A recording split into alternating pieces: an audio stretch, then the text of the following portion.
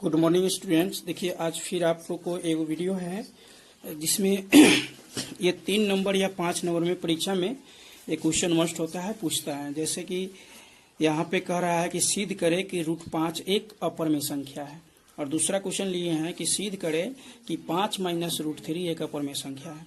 ये दोनों क्वेश्चन को हम समझाने का प्रयास करेंगे एकदम नॉर्मल विधि से। अगर ये दोनों क्वेश्चन आप याद कर लेते तो इस दो क्वेश्चन के आधार पर कितना क्वेश्चन आप बना सकते हैं ऐसे, वो भी आपको हम बता देंगे। चलिए वीडियो को स्टार्ट करते हैं। सबसे पहले हम इस क्वेश्चन को सोल्व कर रहे हैं, उसके बाद ऊपर वाले क्वेश्चन को हम आप लोग को सोल्व कर देंगे। जब भी ऐसा सवाल दिया रहेगा कि सिद्ध करे कि सिद्ध करे कि 5 माइनस √3 एक अपरमेय संख्या है, तो यहाँ पे क्या करना है आप लोगों को बनाने के लिए, हल तो आपको लिखना ही पड़ेगा। हल लिख के मान लेंगे जैसे कि माना कि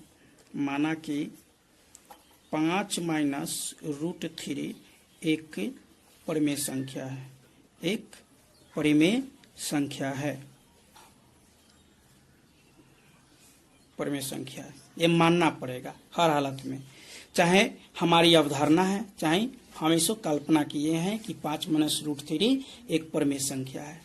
उसके बाद अगले स्टेप में क्या बढ़ना है, देखिए बहुत बच्चा या छोड़ देते हैं बीच में। जब भी अगर बराबर बीच में चलेगा तो पीछे या का चिन्ह देना जरूरी हो जाता है। यहाँ पर क्या करेंगे, 5 माइनस √3 बराबर p/q ये लेंगे। अब आपको ये जो लिए हैं ये थोड़ा लिखना पड़ता है। क्या लिखना पड़ता है कि जहाँ p और q एक कोई पूर्णांक भी लिख सकते हैं, या धनात्मक विषम पूर्णांक लिख सकते हैं, या p और q का उभयनिष्ठ गुणनखंड एक के अलावा कोई और नहीं है, ये भी लिख सकते हैं। लेकिन सबसे सरल ये होगा जहां p और q एक सअभाज्य है, यहाँ यही सबसे सुंदर होगा। सअभाज्य है,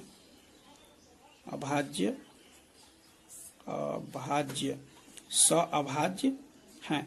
देखिए हर टीचर यहाँ पे अलग अलग चीज लिख देते हैं, इसका अर्थ ये नहीं कि उनका गलत हो जाता है, वो भी सही है, लेकिन आप लिखिएगा सअभाज्य है। अच्छा, सअभाज्य का मतलब क्या होता है, जिसका मसा का मान 1 आनी चाहिए। दो को अगर कोई संख्या लिया गया है और दोनों के अगर मसा किया जाता है तो उसका मान 1 आता है, तो वो संख्या सअभाज्य संख्या कहलाता है। तो यहाँ p और q संख्या लिया गया है, तो लिखेंगे p, q घेर के HCF बराबर 1, और वह यहाँ ठीक रहेगा, वह Q बराबर नहीं होगा 0। अगर बट्टा के नीचे अगर 0 लग गया है वो परिमेय संख्या नहीं होगा, इसलिए Q बराबर नहीं होगा 0। इतना लिखना एकदम जरूरी होता है। और इसी में नहीं, इसके जैसा हम चेंज करेंगे इस सवाल को। अब यहाँ पे क्या कर देना है, पक्षांतर करने पर मतलब हमें हर हालत में रूट वाले के एक तरफ करना है, अब बिना रूट वाले के एक तरफ करते हैं। तो यहाँ देखिए √3 को उठा के वो बगल ले जाएंगे तो प्लस √3 हो जाए, क्योंकि माइनस तो रखना नहीं है। और p बाई क्यू को उठा के ये भरे ले आते हैं, तो यानी कि 5 माइनस p/q अब बराबर उधर जाएगा तो क्या हो जाएगा, √3। अब देखिए ये संख्या आपका परिमेय हुआ और ये क्या हुआ, अपरमेय है। अब यहाँ पे लिखेंगे पक्षांतर करने पर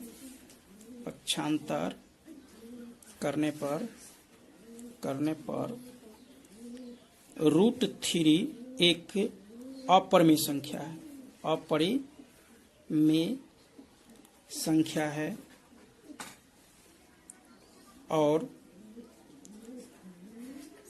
5 माइनस p/q एक परिमेय संख्या है। क्या हुआ, परिमेय संख्या है, परिमेय संख्या। ठीक, अब उसके बाद लिखिएगा चूंकि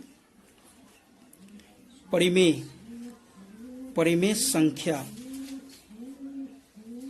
बराबर नहीं होती है अपरिमेय संख्या, कभी भी नहीं होगा। परिमेय संख्या बराबर नहीं होती है अपरिमेय संख्या। अतः हमारी अवधारणा जो माने हैं आप, अतः हमारी मान्यता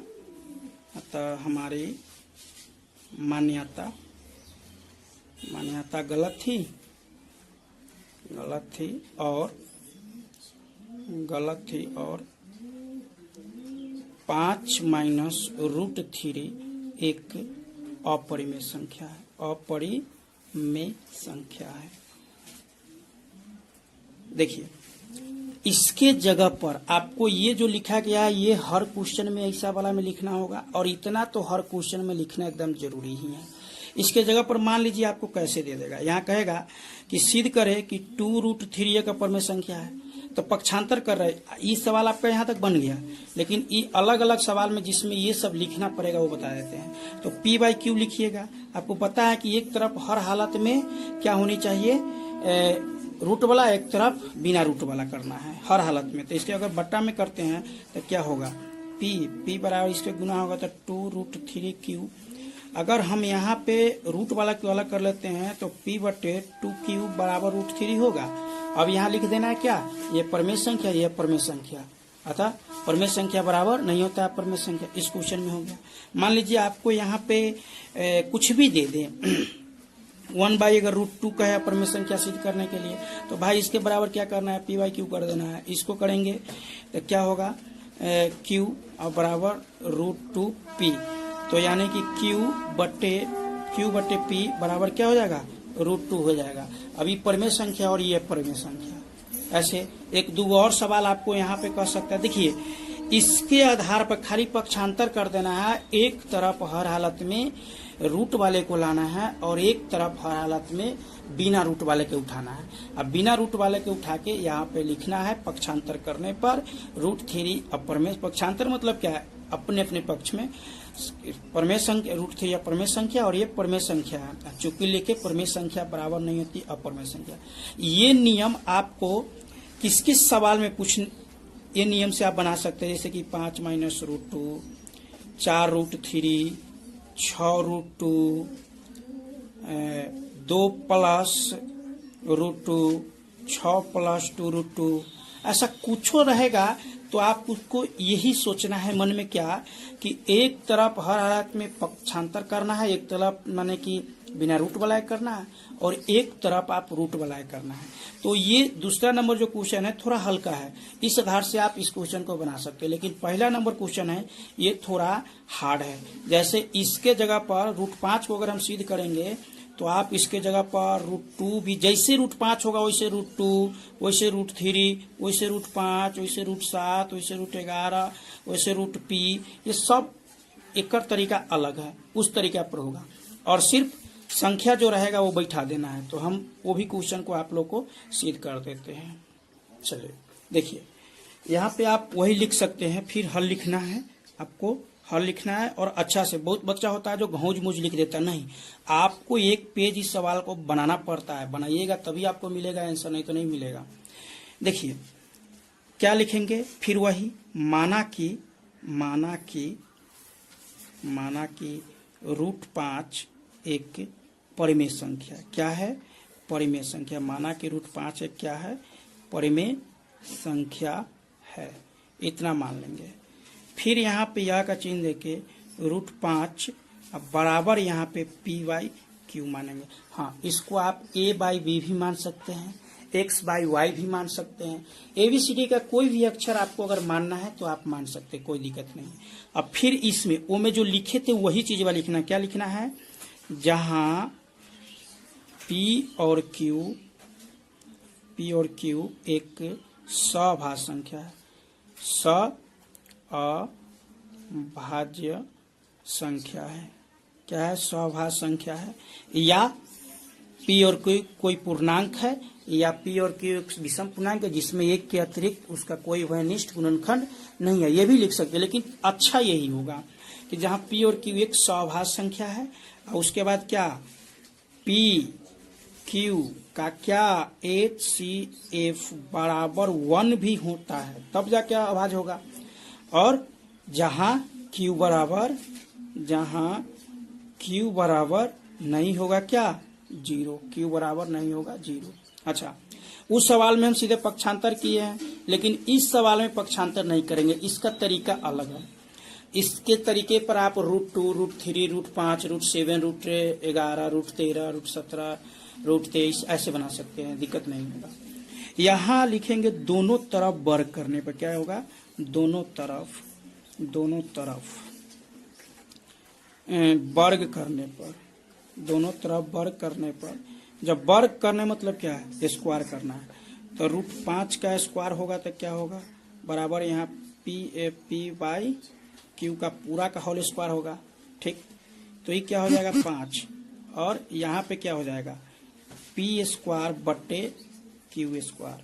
अब 1 करेंगे यानी कि क्या होगा कि 5Q² बराबर क्या होगा P²। अब देखिए ये इसके गुना में है, इसका अर्थ है कि P 5 से विभाजित होगा। P क्या होगा 5 से विभाजित होगा। हाँ, जब इसके गुना में अगर हम Q² बराबर अगर लिखते तो क्या होता P²/5, मतलब P² कितना से विभाजित हो रहा है 5 से विभाजित हो रहा है। तो यही लिखेंगे इस परिणाम में, इस परिणाम में P² 5 से विभाजित है, तो P भी 5 से विभाजित होगा। P भी 5 से विभाजित क्या होगा समीकरण यहाँ पे आप 1 ला सकते हैं। ठीक है, यहाँ पे आप क्या कीजिएगा कि यहाँ लिखना है P बराबर, ऐसे लिख देना P बराबर 2m मान लीजिए, नहीं 2 नहीं मान सकते, 5 का सिद्ध कर रहे हैं तो 5 न मानना है, 2 का सिद्ध करेंगे 2 मानेंगे, 3 का सिद्ध करेंगे तो 3 मानेंगे, 5, हाँ यहाँ m के जगह पर x मानिए, r मानिए, कुछ भी मानिए, कोई दिक्कत नहीं है। अब इसको आप 2 मान सकते हैं, तो समीकरण 1 और 2 से यहाँ पे लिखेंगे समीकरण 1 और समीकरण 2 से, 1 और समीकरण 2 से। तो जहां भी समीकरण 1 में P का मान है उसके जगह पर बैठाएंगे, तो यहाँ 5Q² बराबर 5m², क्योंकि P के मान है ना 5m, इसलिए P के जगह पर 5m² है तो स्क्वायर किए हैं। तो यहाँ 5Q² बराबर क्या हो जाएगा 25m²। अभी 5 से कट जाएगा 5। अब देखिए Q² बराबर 5m²। अब आपको ये 5 से Q विभाजित है, क्योंकि गुना के रूप में इसमें है, तो वही लिखेंगे इस परिणाम में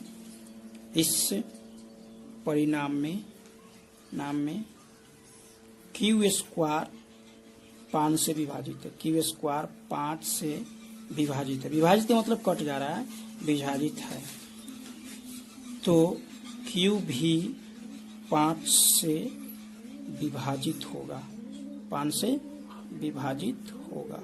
अच्छा, अब बताइए ऊपर क्या माने थे, ऊपर माने थे ना कि P और Q का गुणनखंड 1 है, केवल 1 है, लेकिन यहाँ दोनों 5 से कटा है, तो 5 का मसा का मान क्या हो जाएगा 5 हो जाएगा। तो लिखेंगे चूंकि उपयुक्त परिणाम में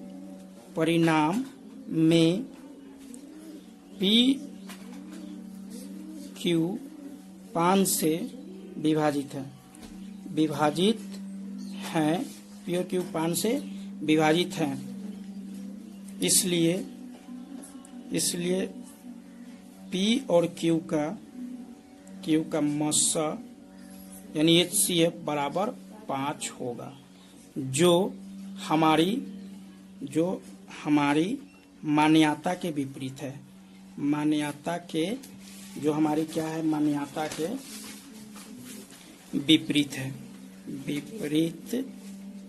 हमारी मान्यता के विपरीत है। इतना लिख के तब लिखना है, अतः हमारी मान्यता गलत थी या गलत है और √5 एक अपरिमेय संख्या